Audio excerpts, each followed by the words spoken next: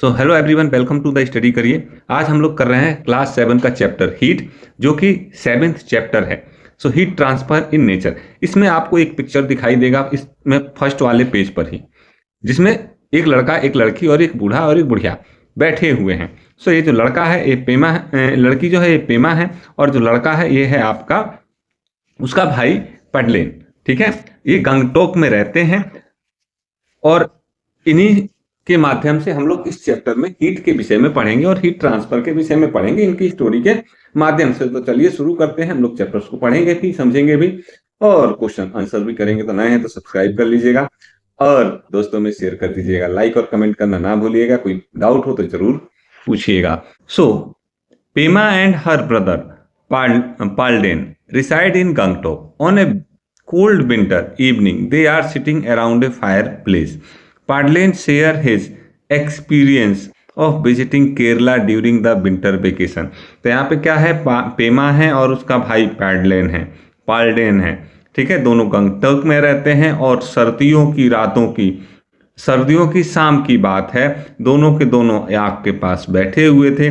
पाडलेन बताता है अपने एक्सपीरियंस को कि जब उसने सर्दियों की छुट्टियों में केरला विजिट किया था, तो इस विषय में वो अपनी सिस्टर पेमा से क्या करता है, डिस्कशन करता है, अपने एक्सपीरियंस को शेयर करता है। वो कहता है कि compare to Gangtok, winter in Kerala is comparatively, ठीक है, वार्म एंड ह्यूमिड। तो इस चीज़ों को, ये कंपैरेटिवली एक कीवर्ड है, इसको आप लोग नोट कर लो। बाद में हम लोग सभी कीवर्ड्स को करेंगे नेक्स्ट वीडियो में, इसमें नहीं, नेक्स्ट में। इसमें तो हम लोग सिर्फ इस चैप्टर को समझेंगे।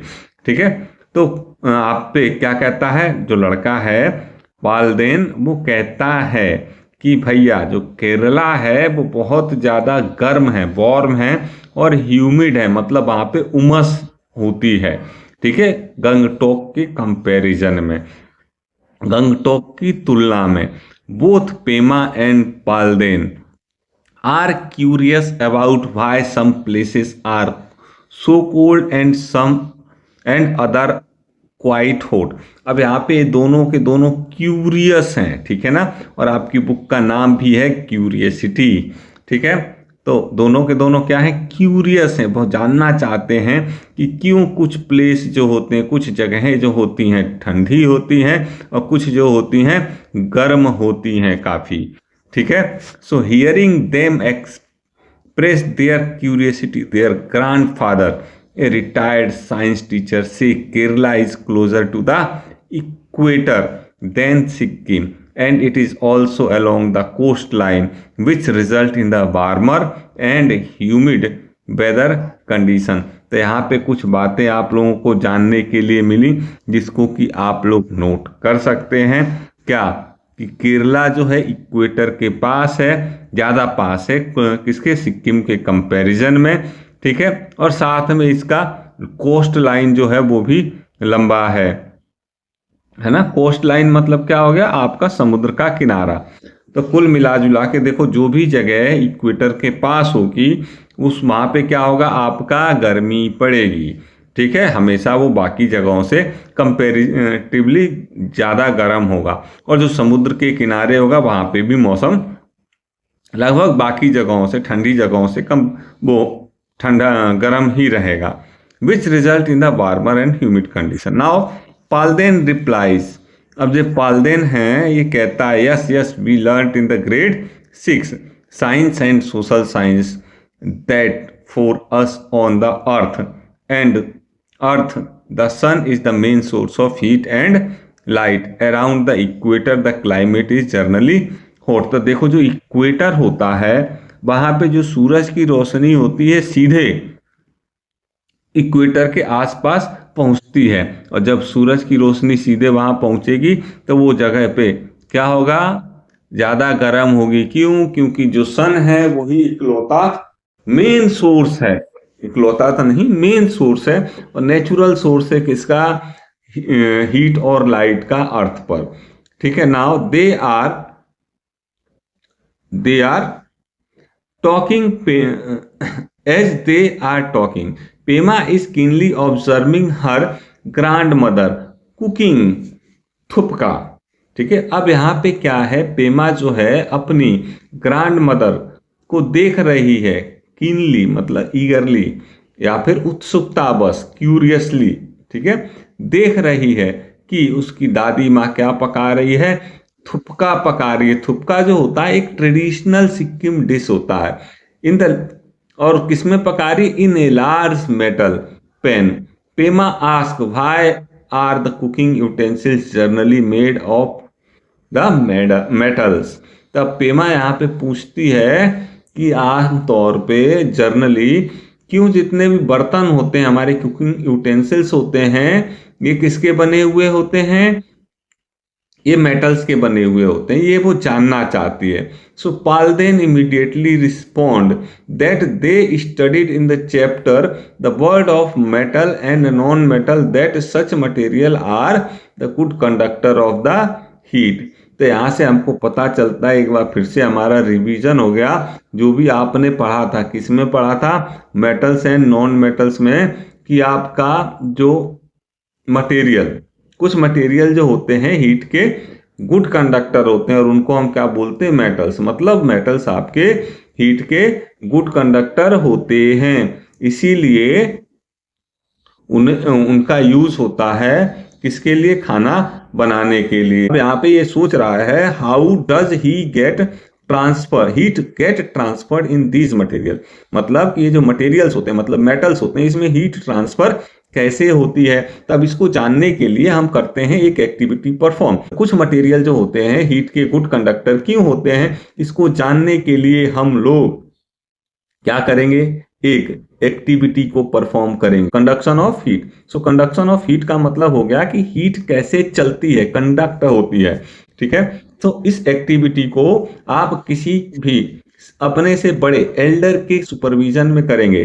Caution, this activity should be carried out under the supervision of a teacher और एन एडल्ट। या तो आप अपने किसी टीचर के अंडर में करेंगे, या किसी एडल्ट, अपने घर के किसी बड़े सदस्य के अंदर में इस चीज को करेंगे, क्योंकि हीट की बात है तो आप जल भी सकते हैं, आपको हार्म हो सकता है।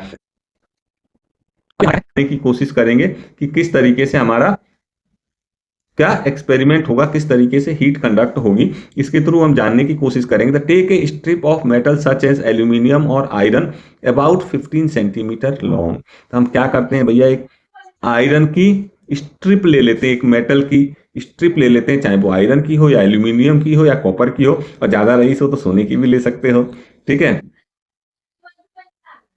अब आप जब इसको ले लेंगे, अब इसको इस तरीके से स्टैंड में लगा देंगे, ठीक है। यहाँ पे स्टैंड में हमने क्या कर दिया, इसको फिक्स कर दिया। अब इसमें थोड़ी थोड़ी दूर पर देखो, यहाँ पर एक मोमबत्ती का टुकड़ा यहाँ पे लगा दिया, फिर यहाँ पर लगा दिया, फिर यहाँ लगा दिया, फिर यहाँ लगा दिया, ठीक है। इस तरीके से हम थोड़ी थोड़ी दूरी पर इक्वल डिस्टेंस पर क्या करेंगे, इक्वल डिस्टेंस पर, नियरली 2 सेंटीमीटर डिस्टेंस पर, लगभग इक्वल डिस्टेंस पे, अब चाहे 2 सेंटीमीटर हो या 4 सेंटीमीटर हो, बराबर दूरी पर हम मोमबत्ती को लगा देंगे। तो यहाँ पे क्या किया गया, वैक्स की हेल्प से 4 स्ट्रिप्स लगा दी गई, ठीक है।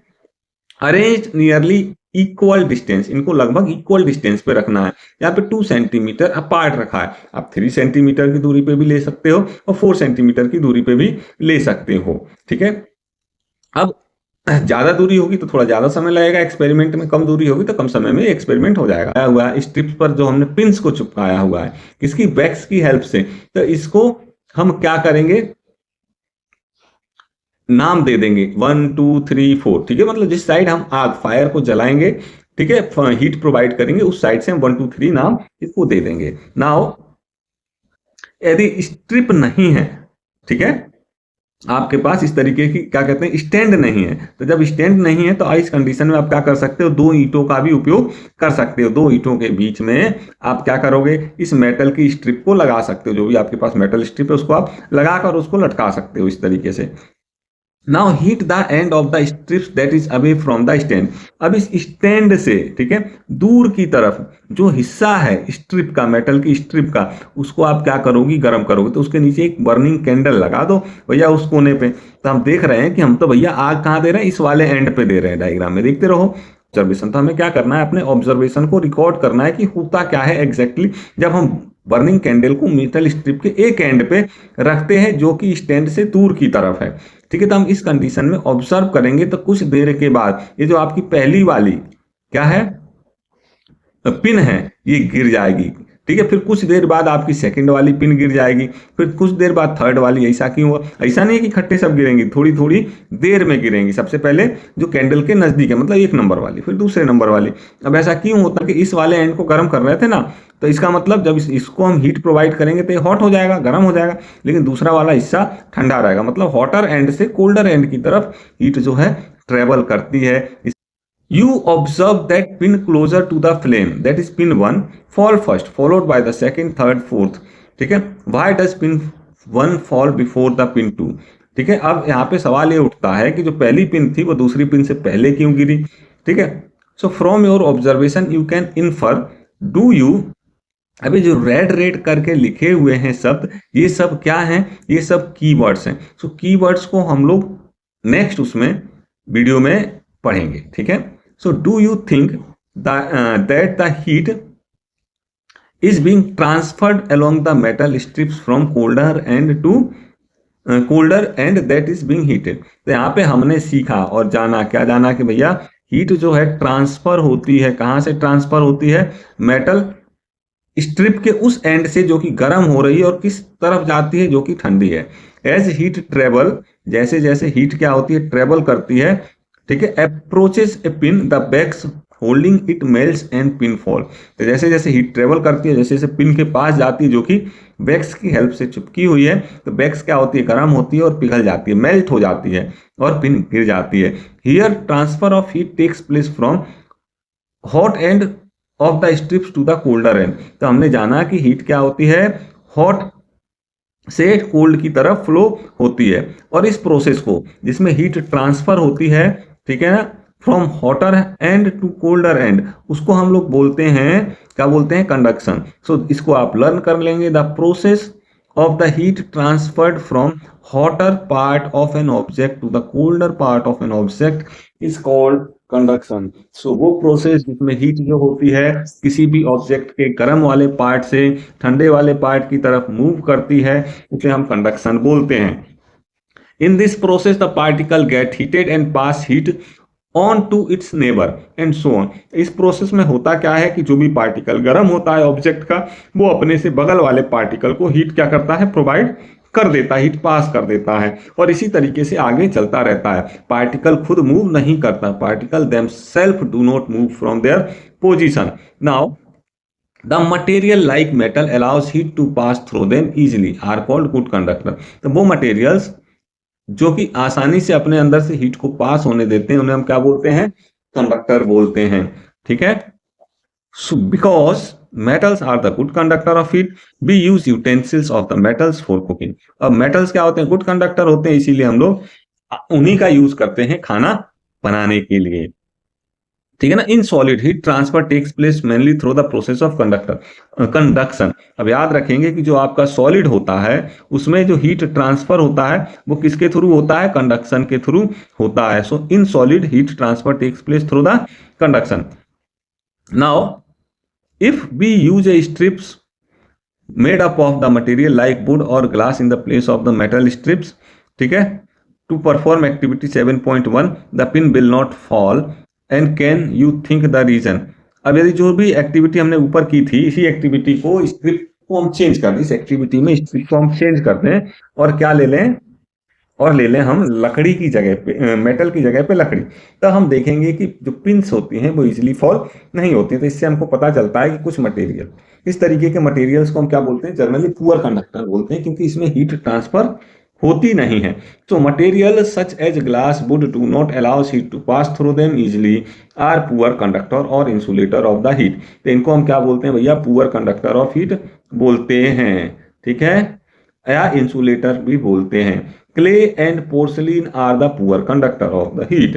ठीक है, दैट इज वाई टी और coffee is keeped in the such stay hot longer. इसीलिए जो हमारे घरों पे कप होती है या कॉफी होती है, ठीक है, उस सॉरी जो चाय होती है या कॉफी होती है, उसको हम किस में रखते हैं? कप में रखते हैं, जिससे कि वो लंबे समय तक गर्म रहे, क्योंकि वो हीट को पास नहीं करते। Now list some material around you and classify them as good और पुअर कंडक्टर।